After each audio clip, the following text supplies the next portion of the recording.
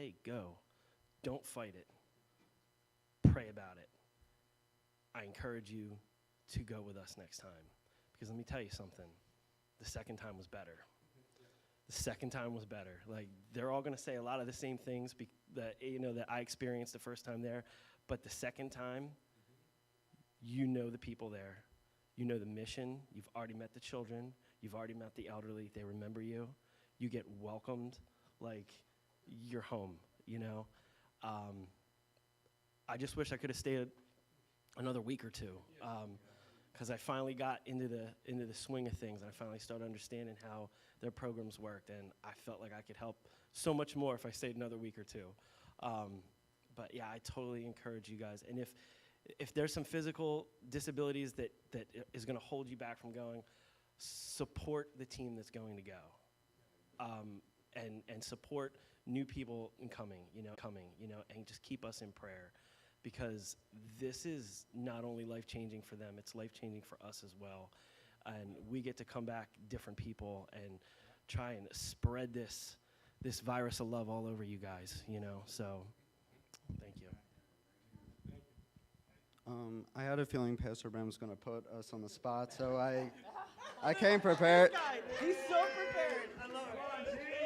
All right, so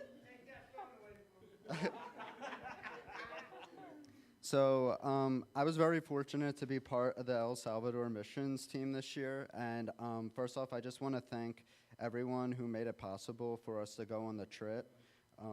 I appreciate everyone who helped me and the team by donating and fundraising, and though you were not there on the trip in person, your contribution has impacted the community in several ways. So on behalf of everyone, thank you. And my experience at the mission trip has strengthened my faith with God. It has motivated me to do more for my community. Being exposed to the poverty and the lack of resources, as well as the societal struggles, has made me realize how important it is to pray for others and just spread the love of God. Throughout this trip, I met several amazing people, as well as become closer with my church family, like this guy.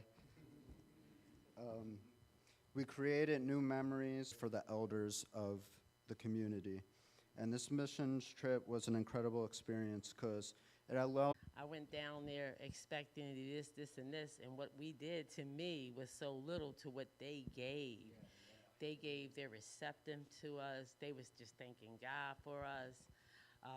When they were presented with gifts after the last day of the vocational Bible school for the children, they were so happy. They were just like little gifts like crayons and a coloring book. You would have thought they got tons of money, but they were just so thankful.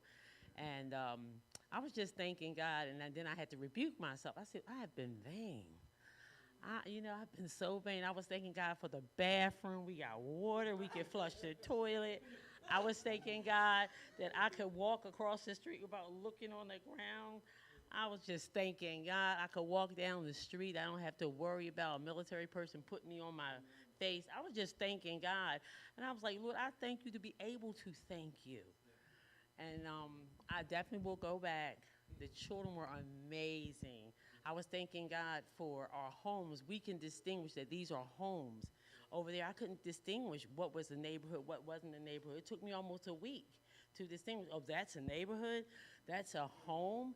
Even the church, one of the churches we went to, I noticed, I don't know if it was their deacon seats, but they were prestigious seats. And I looked, I said, oh, those are American Airlines seats. I said, oh my God. I said, these people who use absolutely everything, they waste nothing. We are so wasteful. And I was just, like I said, rebuking myself, asking God to change me. I went down there to help me, but I'm telling you, I brought back more of them. They helped it me. And I thank everyone who helped me and all the team to get there. Trust me, you were there with us. Thank you.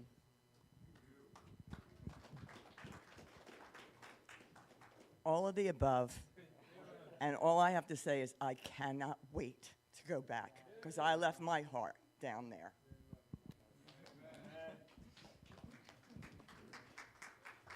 And I'll end it out by just saying, it was an amazing second time going down to El Salvador and, just working with the people there, working with the community. It was a great opportunity.